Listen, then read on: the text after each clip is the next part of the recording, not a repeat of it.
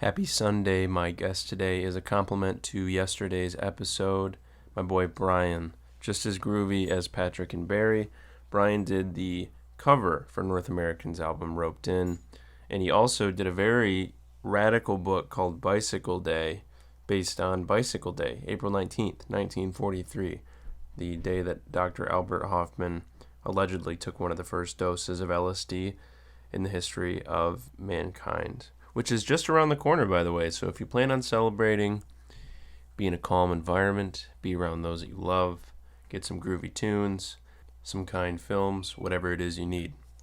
Anyways, I hope you enjoy my chat with Brian as much as I did. I hope you listen to North American's album. I hope you read Bicycle Day, perhaps both at the same time as I did, and have a lovely, lovely afternoon.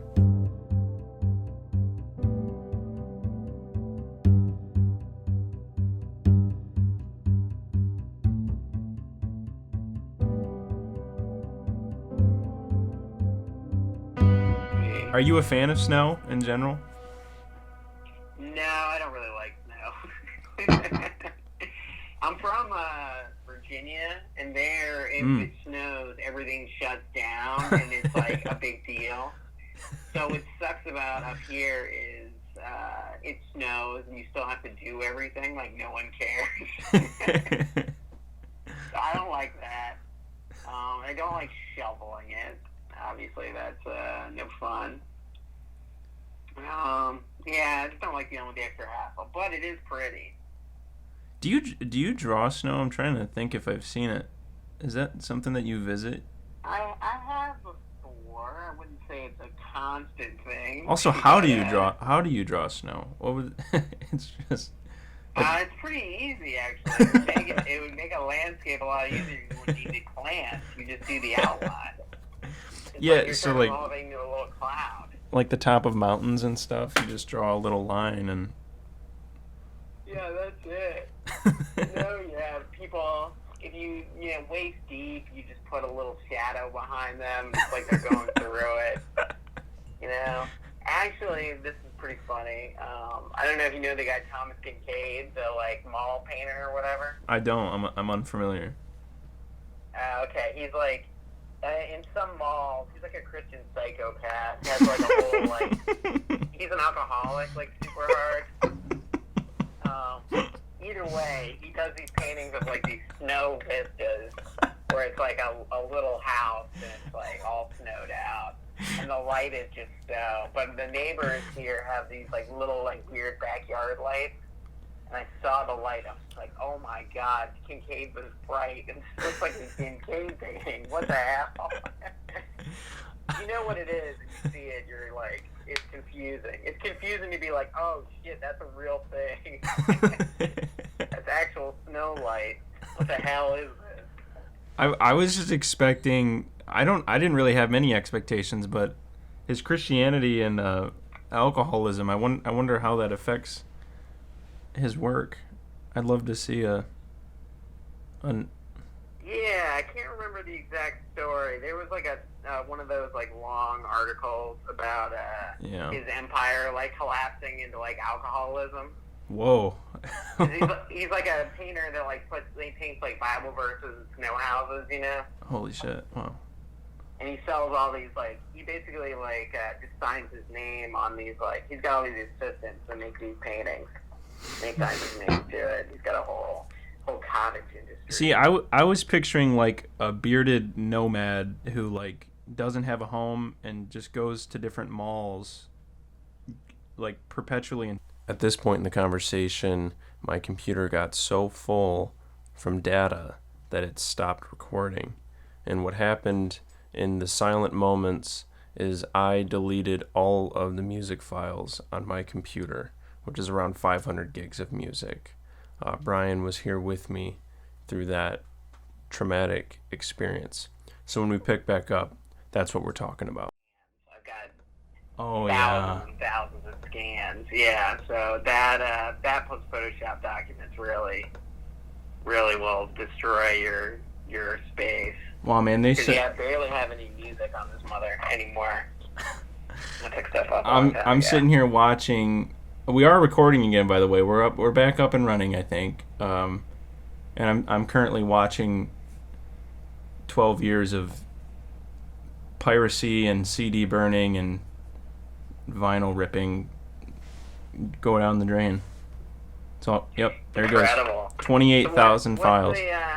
Is there one piece there that you've decided to salvage just in your quick, we got to get rid of this and make this podcast? I have a folder. It's called Collection, and it's got everything I've ever downloaded, and I just deleted it. Damn. So, bow your head in silence. Damn, Holy this is a shit, real moment man. right here. I mean,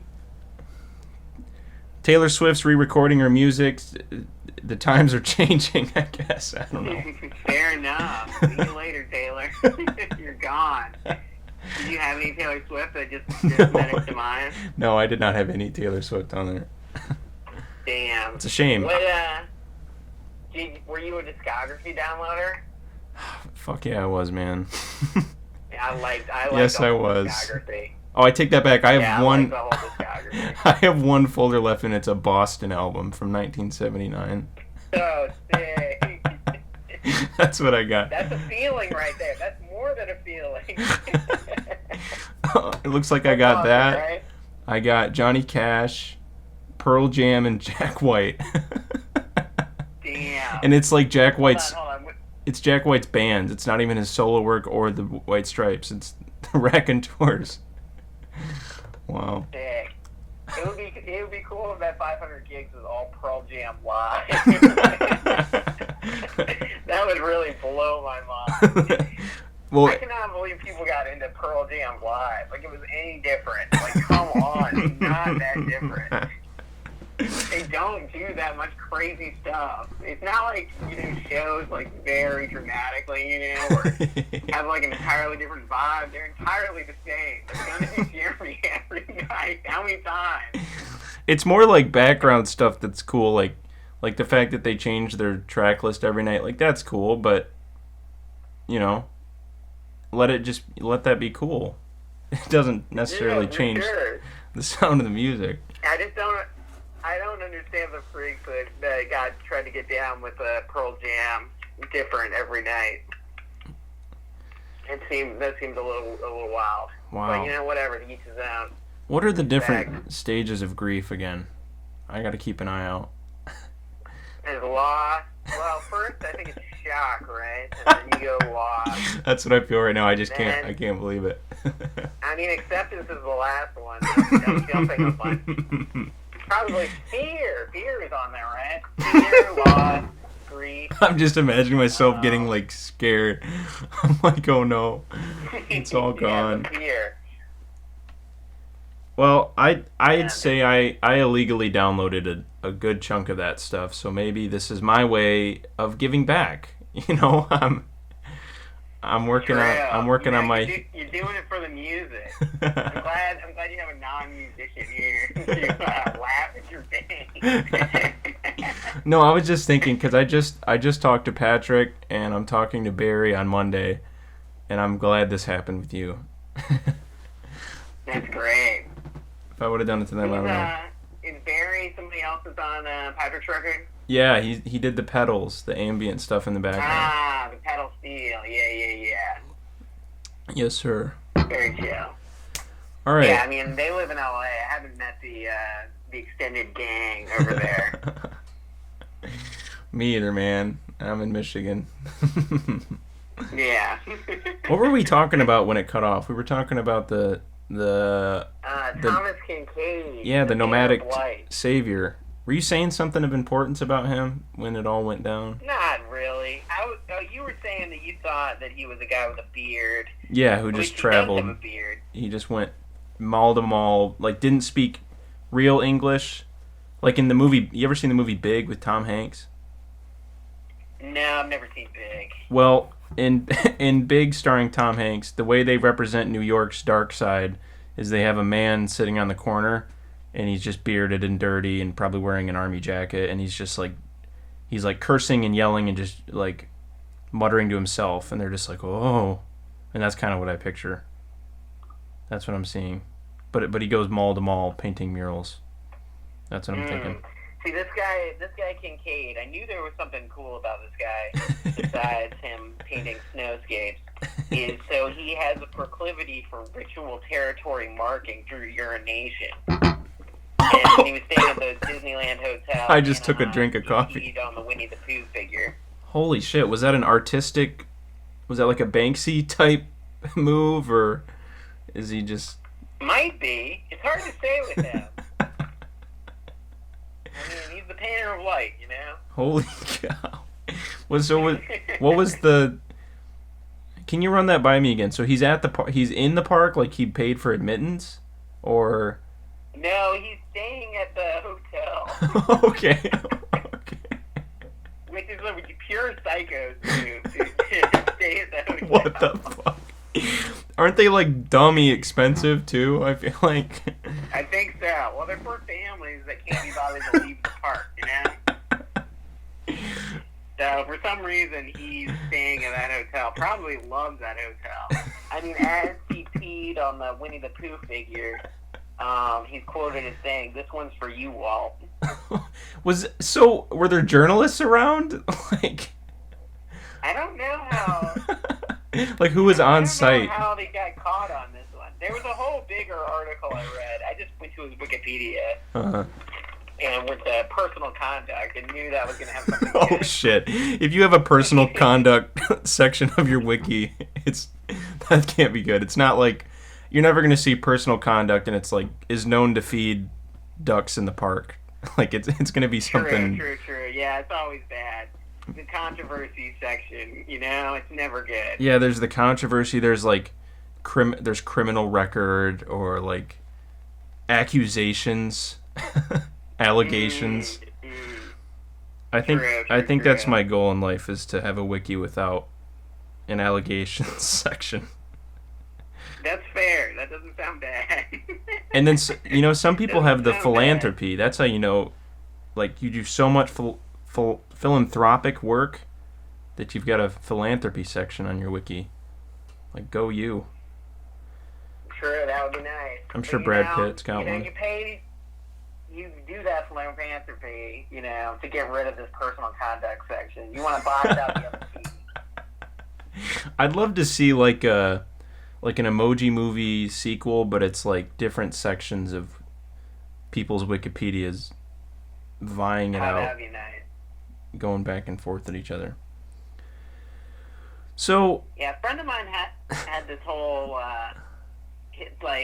what the hell is his name? Toulouse-Lautrec has a really insane Wikipedia when you read it on I have no idea. the phone. You know how you see all the things?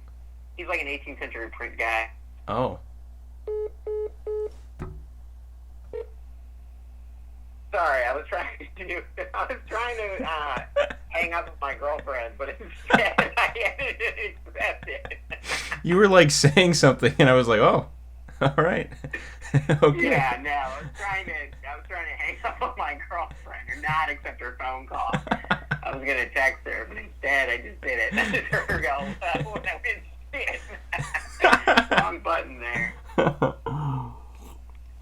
Who are you talking about? Turkey Tarkington or something? Oh, no, I don't know. It doesn't really matter. There's this guy, Toulouse-Lautrec. He's like an 18th century printmaker. Okay. And he just had a really insane,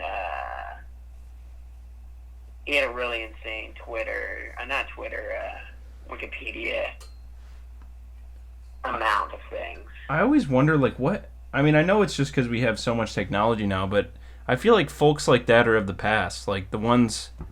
Like, they invented, like, 60 things. They were astrophysicists and, like, doctors and alchemists. Like, I don't know, like Galileo or Leonardo da Vinci. Just once-in-a-son people that just do everything that the human mind can do. Why don't we see those? Why don't I see those folks anymore? Maybe I'm not looking in the right spot. Are you one of those folks? I don't think so, no. I really only have this one thing, and It's that dog. That's barely tolerable. That dog-drawn thing? Yeah, the dog drawing thing. I'm glad you call it that, because that's what my girlfriend's parents refer to it as. They're like, "Brian, you have a hard day drawing dogs today?" And I'll say, yeah, it was annoying. to draw dogs today. I really feel like you, like when I see work like yours, I just think it's so rad that, like, it worked. Like, you just get to make these totally far out, goofy little things. And that's, like, I don't know, it undermines the sort of expectations put on career sometimes, I guess. I don't know if you follow what I'm saying, but it's fun. No, I do for sure, because it is quite bizarre that this has worked. But it did just kind of happen out of nowhere, and I still have to do all this dumb trash to make it work. Like, it seems like I haven't been working at all the last couple months in my mind, but in reality, I'm like in another book phase. So I'm like struggling every day to make another big ass book. Why does it feel like you're not working?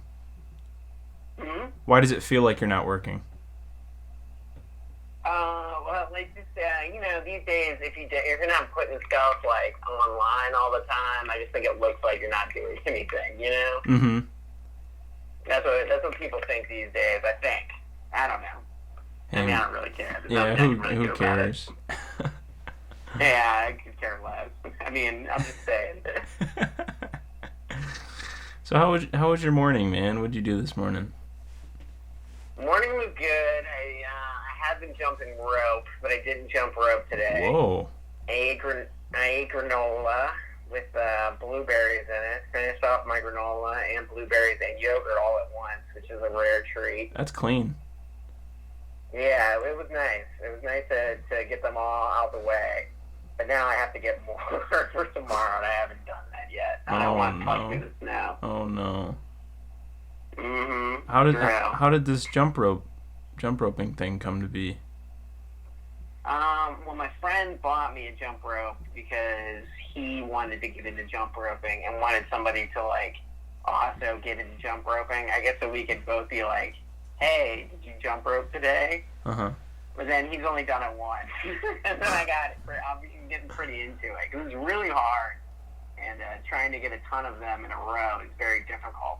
I wasn't able to jump rope when I got the jump rope. Like, I could do, like, one maybe. Really? Did you jump rope when you were a child? No, never. Okay. See, where I'm from, we had this group of prestigious children called KINKADE, which was short for Kangaroo kids. And yeah, it was a pretty elite squad. You had to audition. This was like 5th grade. You had to audition to get into the KINKADE. You had to come up with a routine, and then you walk in this back room. The coaches are there, and you do your little thing for them, and then you get a letter in the mail weeks later. And I don't know if crazy. Maybe my language is hinting at this, but I did not make it in the KINKADE, and it still gets to me a little bit today. I remember my the love of my life. Her name was Lauren. She was my girlfriend in 5th grade. She broke up with me, and then at the end of that day, I got the letter. They like handed the letter out at the end of class, so it's like the day's over. You know, Lauren left me, but it's all right. I'll pick myself back up.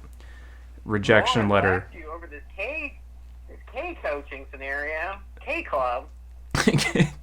The K kids, man, and you want to know what's even more messed up? The K kids, they would go to different elementary schools in the county and perform. So I have to sit there like an asshole and watch these kids jump rope when I know I just wasn't good enough. Damn. So what does the K stand for? Kangaroo. Oh, Kangaroo, you told me that. God damn it. Okay. I don't know. How did these coaches get to be coaches? Did they have to try out? I think that the coaches never figured out how to lose their ego and identity in life, and they saw this position as an opportunity to belittle and judge children. Damn. That's what I think happened. I just had one coach that was just you wonder why they're a teacher, you know. It's like, I'm just a kid, man. You know I'm gonna be a kid. I don't know why you're mad at me for being a kid. You're the one that decided to look over me. Yeah, true. Yeah, that's a wild style. I don't understand. I don't understand people, adults, that get really intense about things like that. It seems like if you're doing that, you just kind of realize it's just like, hey, I'm a glorified babysitter with a jump rope here. I just don't get. Just very chill. Like, I feel like at the very least during the audition, just tell them.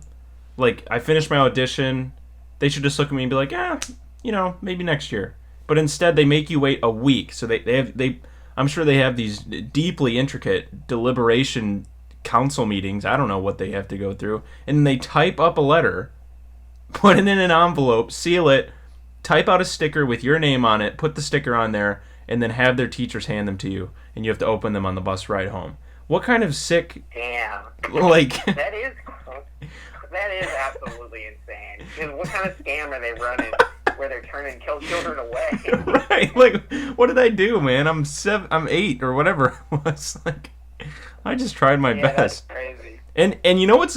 Yeah. I was a pretty damn good jump roper, too. I was, like, surprised that I didn't get it. I was like, hey, what do those guys got that I don't have?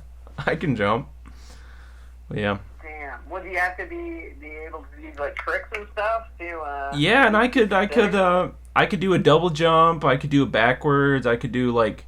There's this thing where you cross your arms, and then you jump through that. Yeah. I could do that on both sides. I think the thing that I got screwed up on is the double Dutch shit. That's just like, that's too much work for me. Like 2 ropes, 3 people. Like, let's keep it simple. 1 rope, 1 body. Yeah, true. Yeah, I can't do any of those things. I mean, I'm still working on. I mean, it was just because I was getting kind of fat and I wasn't doing anything, you know. Yeah. The kangaroo on the logo kind of looked like your drawings, actually. Maybe you could sponsor. I mean, I don't know how it would sponsor. Some small school in Michigan for a club that's probably not even alive anymore. You want to bring it back? That's incredible. So yeah, that's me. That's pretty much. I would love to see this kangaroo. You've piqued my interest on this kangaroo. I'll try to find a picture to send you. Kangaroo court for children. I just know like it was really orange, like it was just orange and black because that's kind of what the colors were for my town, and so like the hoodies would just be bright ass orange. Like you knew it was a K kid walking into the room when they had like a bright. Damn. And you're just like. So they got a uniform too? I mean, yeah, like black track pants, and then they gave them hoodies. They probably had to pay for the hoodies, the cheapskates. I don't know. I don't know what I'm talking about. Damn. Tough times, man. Yeah, it does sound rough. Maybe that's why Lauren broke up with me, now that I'm thinking about it. Damn. You ever, how is Lauren doing? What is she up to? Do you still know Lauren? I gotta get her back. I don't know. I think she's around. I haven't spoken to her since like probably that year. Since I was a kid. Very chill. We went to high school together and stuff. But it was one of those things where it's like, you know, a girlfriend in elementary school doesn't mean you kind of forget that as soon as you go to. Yeah. Yes, of course. I was just curious if you still saw her. She probably has no idea that she broke my heart on the same day that K-Kids broke my heart. Damn. I could just be implanting a memory here, but I feel like she started dating a K-Kid right after that. I could be making that up, but it feels right. So... It feels right to say that. It feels beyond right. Damn. I love this. This is quite incredible. Well, I'll tell you about my morning, man. I cozied up with a blanket and some tea, and I read Bicycle Day while listening to the North Americans record. And wow. Yeah, you know what was really cool is, first of all, it was so cozy. Like, it fit and it was right. As soon as Dr. Hoffman starts to take the real trip, the first side of the record ended and I had to flip it. And then wow. Yeah, it was right, it was literally directly in the middle of the book that the first side ended, and I was like, okay, rad. And then I finished the book, and I think I just got up and like got some water, and right when I like went back to stop the record, it like had ended. It like ended perfectly as I finished the book. So I couldn't have asked for a better morning. To be honest, that sounds delightful. That is the perfect word. It was just delightful. How long is that record? Is it like 36 minutes? I think so. 36 to 39, maybe somewhere in there. Okay, that's good to know. Yeah, I've been curious on how long it takes to flip through this because obviously I have no idea. For the past year, I've always wondered how long it would take somebody to read. It was the first time you've ever flipped through it? Yeah, I just picked it up a couple days ago. What's weird is my learning of your art goes back to I think like last year, and I think I was just getting into graphic novels at the time, and I saw this cover, and that was like I tried Psychedelics for the first time last year, so I was just going through all the motions of just learning about it and stuff, and at some point this came up, and I was like, damn, that looks really, really cool. I should check that out eventually, and then kind of just didn't for a long time. And then I stumbled upon the North Americans record, and I was like, that art style looks really familiar. And then I was like, you know what? I should get the book now, and I should check it out. And I didn't expect us to be talking. That's pretty far out, but yeah. Yeah, definitely. So you haven't read it then? You haven't actually looked through it yourself? My own book? Yeah, I like have to flip through it all the time. Especially now that I'm doing the second one, I got to make sure I'm not exactly repeating like the same ideas again. Can you talk about the second one at all, or give any ideas of like kind of the vibe you're going at? Yeah, I can talk about it. I mean, I'm so far behind, it's insane. do you have like a date? I'm supposed to be. Yeah, I got a schedule. Oh, a schedule. Okay. What? I just said the word schedule in a weird way. That was all.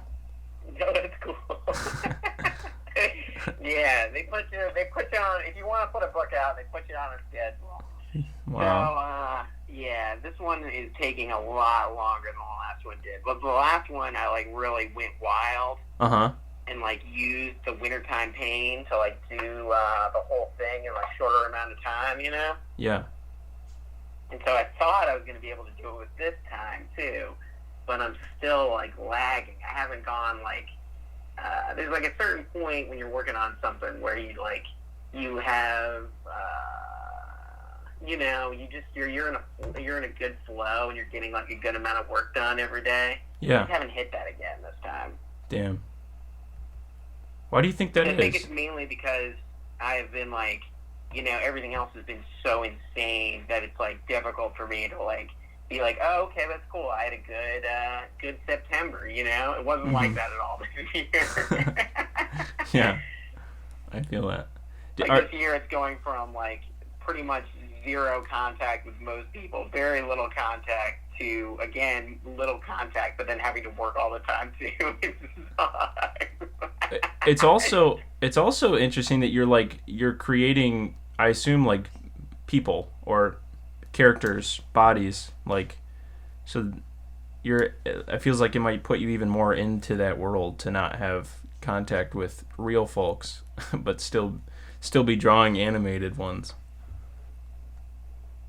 Yeah, I guess so. Yeah, that is funny. I mean, yeah, I think they are removed from people. Yeah. But yeah, I don't know. I don't really think too hard on it. These are one of these questions. I don't ever smoke weed, and this is part of the reason why. And there's too many questions like this that arise when you smoke weed that I do not like. Like, what am I doing? What the hell is this? Why have I been doing the same thing for years? Is this idiotic? Those questions. Oh, no. That's better left unexplored, I'd rather not try to figure out the answer to that. Yeah, they're not very productive questions. And I think hell no. I saw it. I was watching this like interview you did or something, and you were talking about the act of drawing not being a physical thing. I thought that was really interesting because it made me think of. Have you seen the new Disney movie Soul by chance? I did watch Soul. Yeah. Yeah, so that actually made me think of that, like when they're showing people playing music, or they go to that place where everybody's in the zone and they're just in the zone, like, they're not there. That's kind of what I thought about when you were talking about that. I thought that was really interesting because that's how I feel when I'm, making music or writing or whatever it is. You're not asking any questions. You're just there doing whatever it is you're doing. No, that is true for sure. That is true. Yeah, but I mean, like, I need to go into a total zone to do another one of these books, and it has to be like a month and a half at least, like, long zone. But I just I can't force myself to do it. Yeah. You end up just chilling a little bit. Do you ever just wake up and you're just not feeling like doing anything? You're just like, meh. Yes. Of course. Pretty simple question. Yes, for sure. And I mean, when you're in the zone, like last time I did the book, it was easy because I just like I woke up and I was like, oh, I got to do that, and then we do that all day, and right. I had to walk the dog and then do it more, until I got exhausted, and then go to bed and then wake up again and do it again. But now it's like I keep like having I want to mill around for a bit, Do you jump rope? Do you meditate at all? See, I don't do that ever. I wouldn't. I don't have any problems with that. I don't think it's. I think it's cool. It sounds cool. I don't do it. It doesn't sound like you're anti-meditation. That'd be really funny to come off of a song anti-meditation stance. Every time I talk with people about meditation, I did work for this woman one time, and she was like, okay, I need 15 minutes to go meditate. Like, you go out and do whatever you want for 15 minutes. Like, go outside and smoke or whatever. It was like a stressful day. And I was like, okay.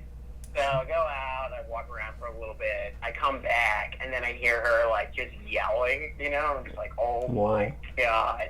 She's gone into her mind has been broken. This is it. She's broken her damn mind. Is she like yelling at her? Is she yelling at herself? No, I went in and she was on the phone. Oh. His meditation was over. I was just shocked and bewildered. It doesn't sound like it worked. God damn it. Yeah, it worked. She's gone. Oh man, that's what I do if I'm ever feeling like I don't want, or sometimes I'll get caught and I'm like, what should I do right now? Should I watch a movie? Should I read a book? Should I write? And then I just think, I don't know, I don't want to do anything. And usually I just meditate when it comes to that. I'm like, well, if I don't want to do anything, then I will just actively do nothing and see what goes on there. Yeah. That sounds like a pretty chill idea, actually. Yeah, man, it's probably definitely the best thing that's ever happened to me. I don't want to go on a meditation spiel, but it's pretty rad. I think there's a reason. Do you do like TM, or like is there a different type, or? Well, I mean, honestly, all sorts of stuff happens. The main one I think is just sitting and paying attention only to the breath. So using the breath as a primary object. When I'm like really, really in the zone. Like, sometimes I'll take an edible, like a weed edible, and those are, like, definitely psychoactive. And if I'm feeling, like, pretty meditative and have one of those going on, then some super far-out stuff can happen, and it's, like, easier to just kind of sit down and just leave, I guess. But, like, if I'm just chilling regularly, I'll just focus on the breath and just focus on breathing deeply. Or occasionally I'll use a guided meditation. There's a couple authors that I'm into. And then I actually just got into this one... I can't think of the name of it, but basically you take a deep breath for 8 seconds, and then you hold that breath for 8 seconds, and then you breathe out in 8 bursts of breath. So you go, and you do that 8 times with that breath, and then you sit for another 8 seconds, and you start over again. And that was one of the like quickest acting techniques I've ever done, because what it does is it's supposed to basically just break up like the rational mind that's always thinking. And when you're just focused on like those seconds and those breaths, you really can't get caught in any sort of like ego thought loop or anything like that, because you're just doing the breaths. So I found that to be really, really helpful if I'm just like, if I want to do it quickly and I want to really just like kind of snap myself out of personhood for a moment. That one's been especially helpful. Damn, that sounds pretty great. Yeah, it is. Osho has that whole like woo-ha thing. It's kind of like that, where it's like you jump up and down and you're always breathing out. Yeah. Yeah. I just watched Wild Wild Country earlier this year, or last year. It's 2021 now. Oh. Yeah, I like his like lectures on YouTube are pretty incredible, because he never blinks either. He's a non-blinking person. Have you watched that Netflix documentary? I did see that one too. Yeah. That was nuts. Yeah, it's pretty wild. It was funny because like halfway through it, I like still wasn't really convinced. You know, like I was all for the commune. I was like, what are they doing wrong? Like they're just vibing, man. Like they're just having, like there was a lot of real love there. There was a lot of consciousness opening up. And then, you know, I was like, okay, I kind of understand what's going on here. There's drugs and guns and some strange things happening. Yeah, there's even wilder stuff that they didn't include in that doc about his teachings and stuff. Like, you're not supposed to kiss, you're only supposed to Eskimo kiss.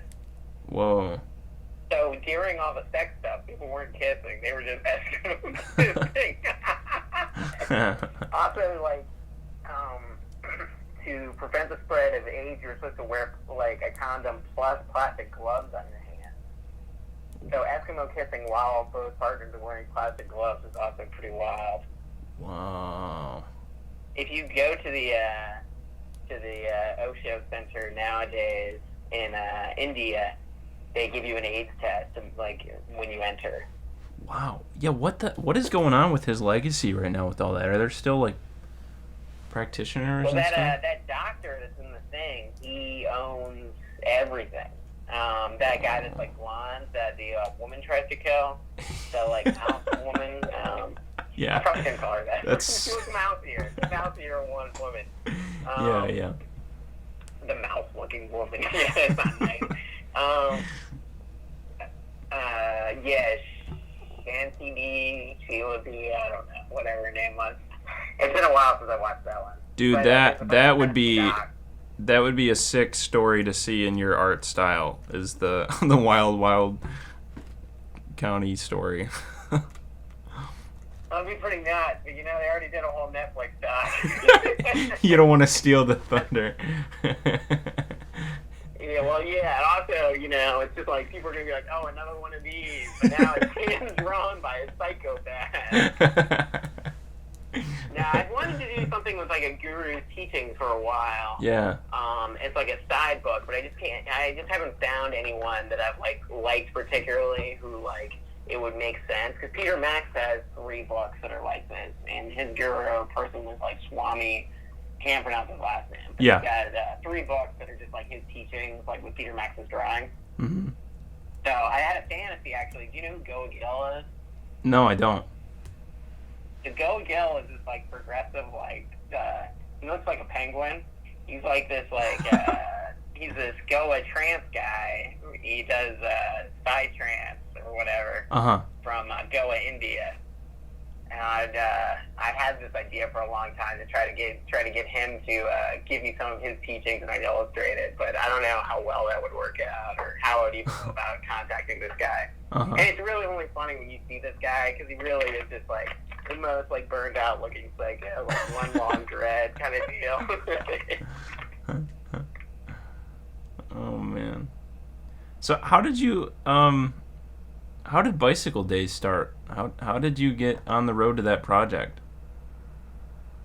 Well, the book company Anthology, they basically, like, I did a smaller zine for them, and they were like, oh, you should do a full book. And they wanted to reprint my Vice strips, strips they did for Vice or whatever. But I didn't really think those were that great, to be honest. Yeah. I mean, you know, it's basically like to do a comic regularly. I don't think that's really like where my skill set is, you know, to do like regular ass comics. So I didn't think it was really that was really like the best idea. So then I pitched this idea to them, and they were accepting of it.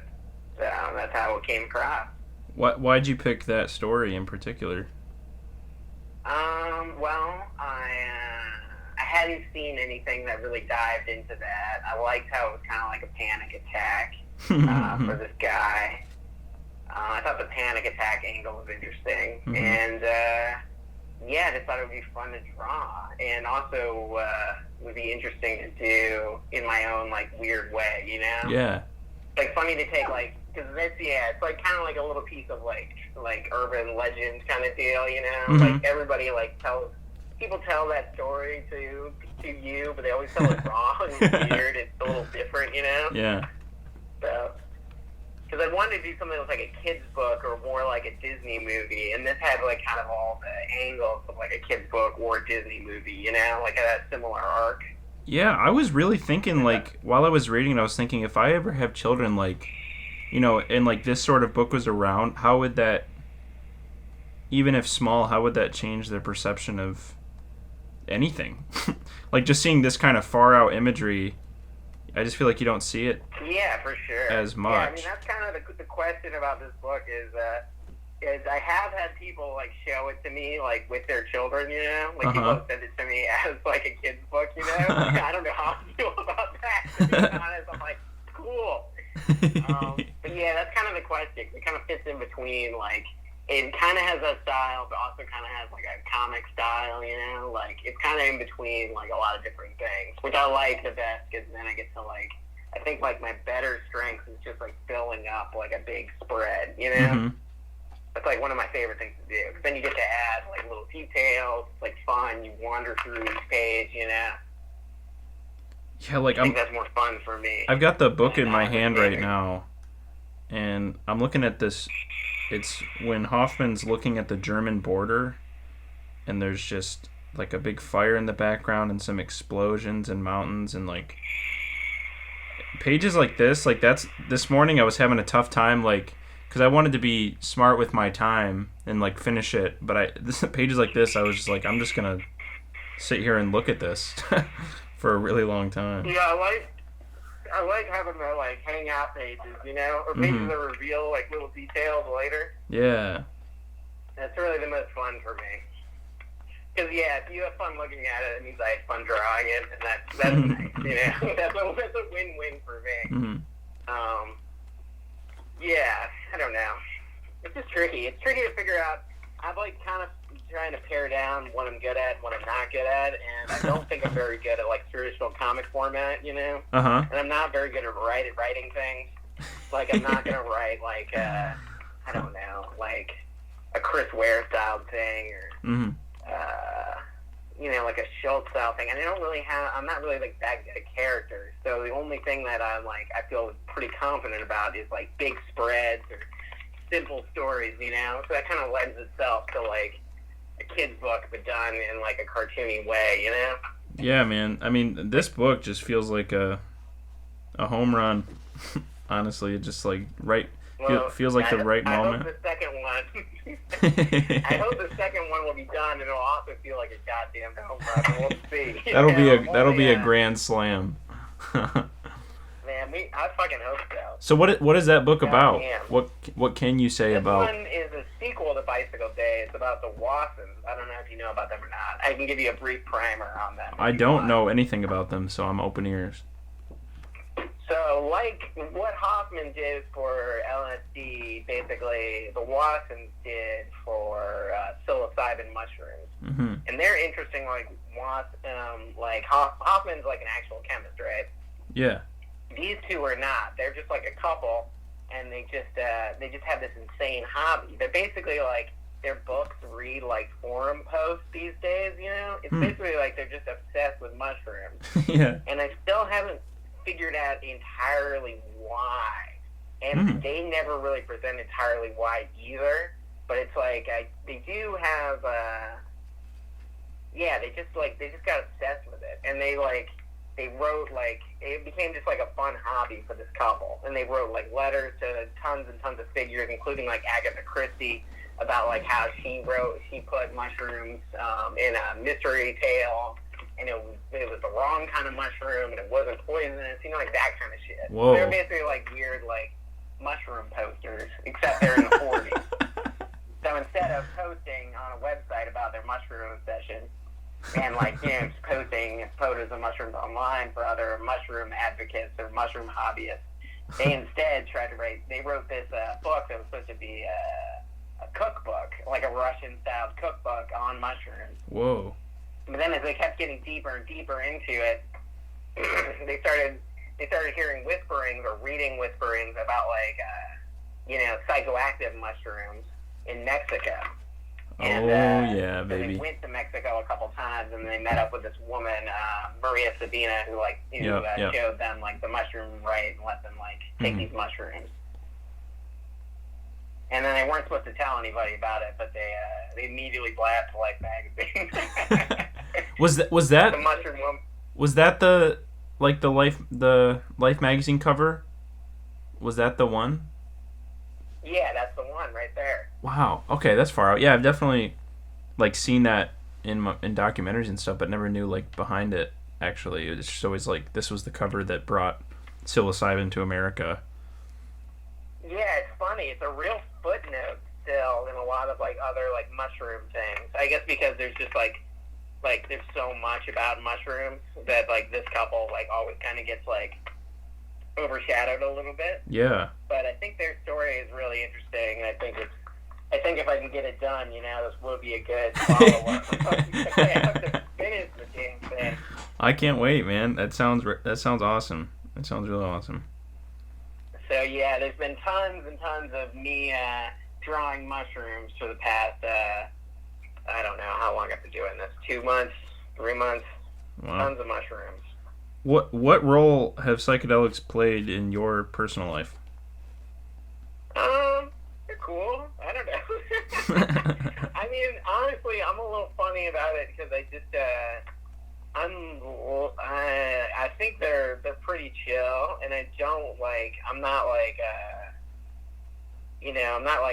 you have to trip all the time psychopath. Uh-huh. I definitely think they're fine and they're cool and they're interesting for sure. And I do think that you can,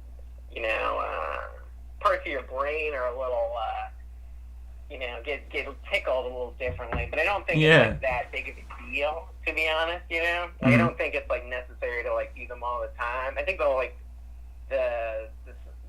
just more like the history of them is more interesting than doing them all the time. All these little details. Yeah, I mean, and we're watching it play out too. That's what's so cool is like things are changing radically for psychedelics, like present day. I'm super interested to see how things work out. Oh yeah, for sure. Yeah, like legalization is happening all over the place. Mm-hmm. That's pretty cool. Yeah. Know? That's pretty cool. What do you think about like someone being able to walk into a dispensary and buying truffles or hits of acid recreationally as easy as one does marijuana? Also, I don't know how you feel about marijuana. So. I mean, honestly, it sounds pretty awesome. I have zero problems with that. I mean, I don't think anybody wants to be doing them all of the time, though, but I don't think they really, at least with my own personal experience, they don't, like, lead you to want to do them all the time. No. Like, there probably will be exceptions to the rule, you know? No, that's what's funny is they make you not want to. Like, they just kick your ass sometimes, and it's like, oof, I'm going to take a break. Sure. I'm going to hang out in reality for a bit. Yeah. Whatever that means. It, you done did it, man. Not doing it again for a while. Have you ever tried DMT before? Yeah, I have, for sure. I have not tried that. Can you tell me a bit what that's like? Well, there's probably a ton of different ways to do it, but the wildest for me was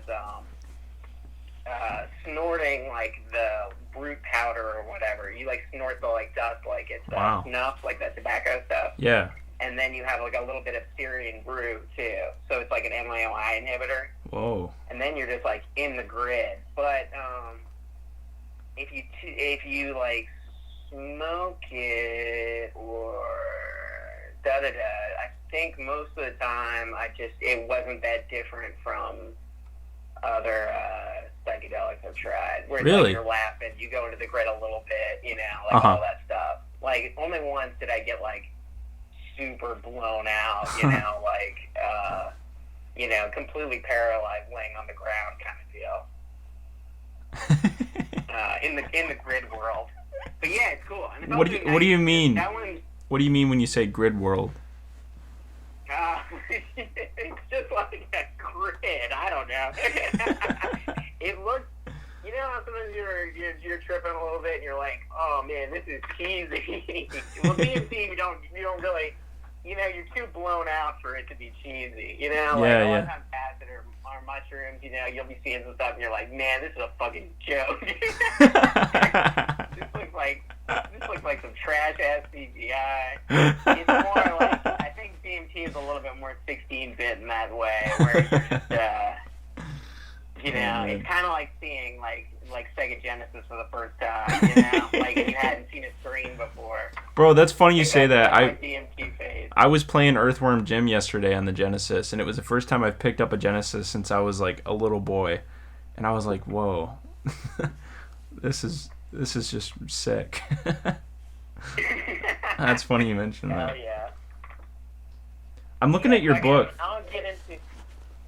I just noticed the lick this spot in the back of the book. What's that about? Try it out, bro. I'll lick it on Nothing's gonna happen. The goal is hopefully one day somebody will send it to a friend with that spot dose. You know, that was the idea behind that. Okay, good. That's exactly what I wanted. I haven't heard anybody do that yet. Holy And shit! the company is not sick. The company is not like we're not putting the budget into this book to throw a tab in. No, I'm looking at it and I'm like, did they dose this book? Like, and No, it's at the end of the really book too. rough, you know? It's not at the beginning. Hmm? I don't know. You gotta leave a gag like that for the end, you know. Actually, you know, those like. Both the beginning and the very end were done last, you know, like the map and stuff like that. Yeah. So I kind of had the idea for that Lick This Spot page for a while, but didn't know where it went. And then, there you go. Decided, oh yeah, it should go in the end, even though that's funnier than the beginning. I love that, man. I just flushed 3 tabs of acid down the toilet this morning. Funny enough. They've been... Damn, all right. My friend, it was not mine, and my friend that I was living with, like, had a really dark experience with them this summer, and he was just like, don't take those, man, don't take those, man. And I was like, you know what, if you're putting that juju on it. But they've been sitting I have a Scott Pilgrim board game, or card game, and they've just been sitting in there for months, and today reading the book, I was like, I wonder if those are still in there. And yep, they were. So I dosed up some fish or something. I don't know. Yeah, I mean, it doesn't really seem like the best time to be doing psychedelics, maybe. At least not for me personally right now. I wouldn't really want to. Actually, this is funny. A couple months ago, I did find a bag of probably mushrooms on the ground. Probably.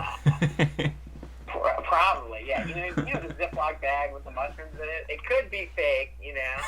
It could not have been. I did find a bag and was like, wow, this is a real hilarious twist. The mushrooms are just presenting itself to me here on the street while I'm supposed to be doing this book. What a twist.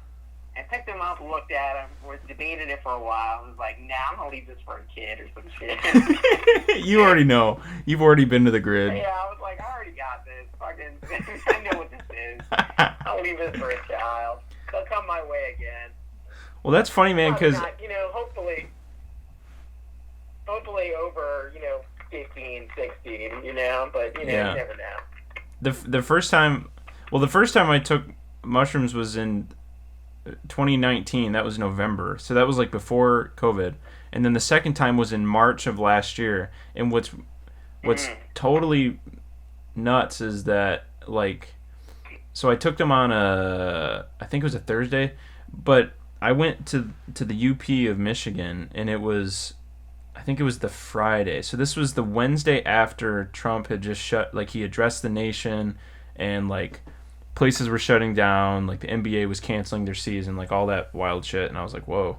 And so we went up to this cabin and took mushrooms, and then came back like that Saturday, and it was just like, I mean, it was just so wild to come back.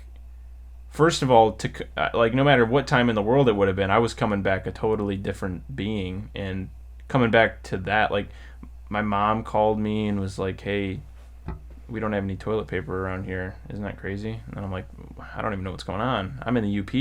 And, like, nobody in the UP, like, cared at the time. Like, there were no masks or anything. Like, it seemed like it wasn't even touched. And so I just spent, like, a whole day going to, like, wintry waterfalls and stuff. And it was just silent. And, yeah, it was just strange coming back down to more, like, Mediterranean types of cities. I was just like, wow. Yeah, for sure. That's pretty wild. I've heard the Upper Peninsula is really beautiful. It's amazing, man. Never been there. I went to Quemenon Falls, and like the snow was. First of all, there was nobody there because it's like there's like 6 feet of snow, like a person's worth of snow height. It was just like, wow. It was wild. And my friend and I were like, there's like wooden walkways to the waterfalls, and the snow was higher than the walkways, so you're like walking on the snow above the like railing to the waterfalls. And it was just playful, man. There was no service, no anything, and we climbed on, like, the gift shop and stuff was all closed because it was completely snowed in. Like, the snow was so high that it was to the roof. So we climbed onto the roof through the snow and like jumped off the roof into the snow, and I jumped and I went so far that I was up to my chest in snow. Like, I was stuck in the snow. That's so cool. I was like, I just started laughing, so I'm like, holy shit, how am I going to get out of here? It was so funny. Yeah, it was a strange time. Great. That sounds very, if I had that kind of experience in March, I think I would be more like down to just do whatever. I was just working all the time. I hear you, man. Yeah, I hear you. And then, bam, it just hit. And here in New York, it was so stressful for so long. Like, it just sirens all the time. Like, damn, while my lease ended, so I moved in with my girlfriend's parents for a minute, and that, like, added, like, a whole other level of just, like, what the hell is going on here? I mean, it was very nice of them. Yeah. Yeah, it's a strange time. It's a strange time, man. Yeah. I actually went to West Virginia in the beginning of November by myself, and I stayed in this cabin, and I took mushrooms then too, and that was another interesting time. That was the Friday.